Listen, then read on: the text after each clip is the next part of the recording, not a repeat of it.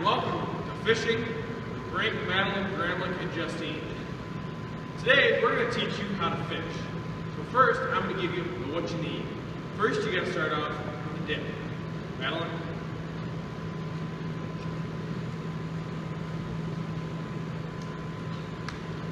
My brand is Jack Links.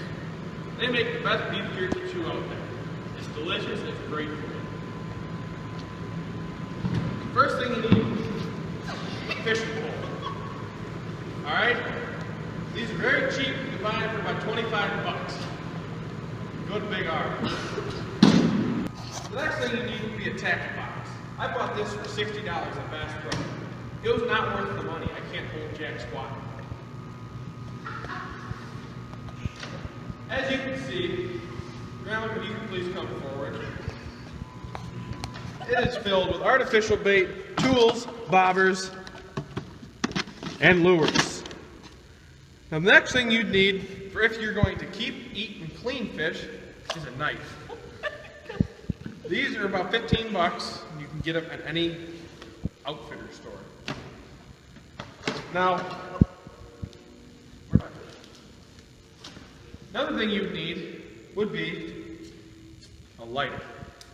That is for you get stranded on an island in the middle of a lake up in Canada and have nothing to eat, and you kill a fish and you want to eat it, or just stay warm.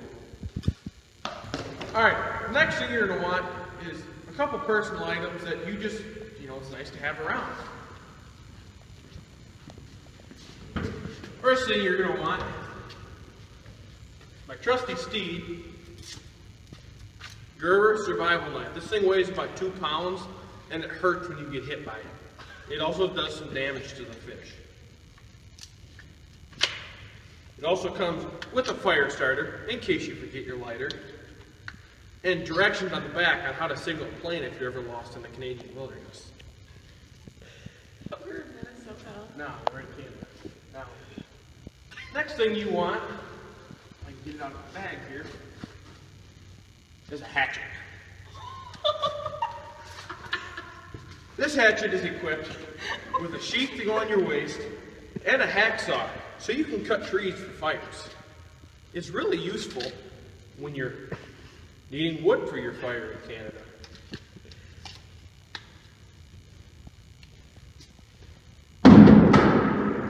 Now, for when the fish get too big, there's one last item you always have to carry.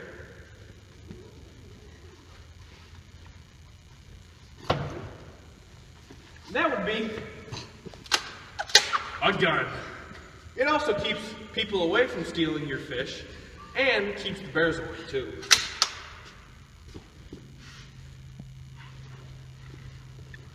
Now that is your very basic fishing gear. You can also take waders, boats, and you're probably going to want clothing. I'm now going to teach you about the different reels and lures. Now this first one I'm going to show you is a 7-33 reel. It's cheap. It is great for a 3-year-old or a person who's never fished before. It's the string is released by a button, and you just bring it over your shoulder and let her fly.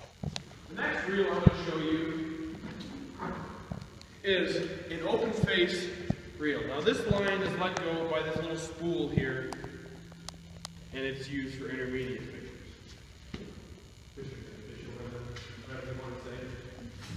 This third one here is called a bait caster. Now it is one of the most challenging reels to use because of the bob snags you get. The bob snags are a pain in the arse and take forever to get out.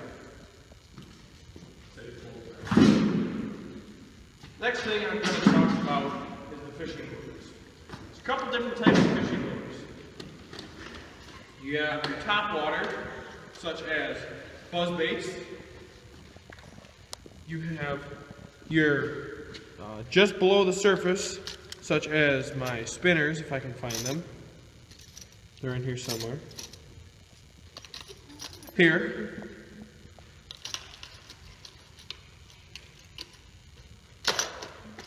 You also have the deep divers and somewhat below the surface lures, such as your spoons, more spoons, some deep diving lures. You also have meth spinners and things of that sort. I'm out of chew. I need a dip. It's not actual dip. Jackson. You also have lures, such as Rapalas here, that go slightly below. Alright, now we are going on our fishing trip.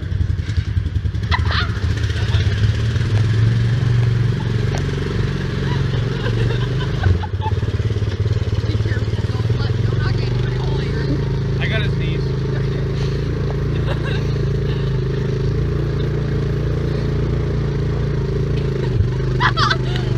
You and me go fishing in the dark.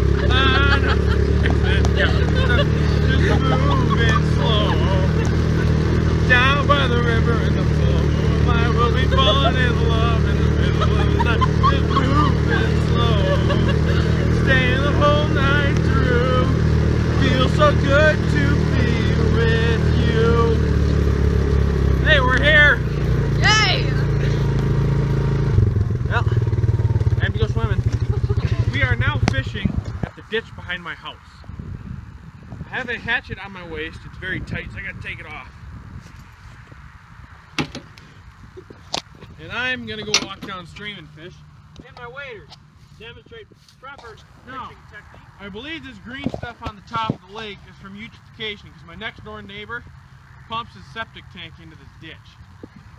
But I'm gonna now go try to catch fish in the middle of December in the ditch with poop in it. You're in a ditch with waves, you always gotta watch out for holes like the one I just stepped in. Yeah, this isn't fun. Now fish like to hang out around weeds. There's plenty of that in here, but no fish. So tell me how that works. They also like rocky structures, trees, and mud.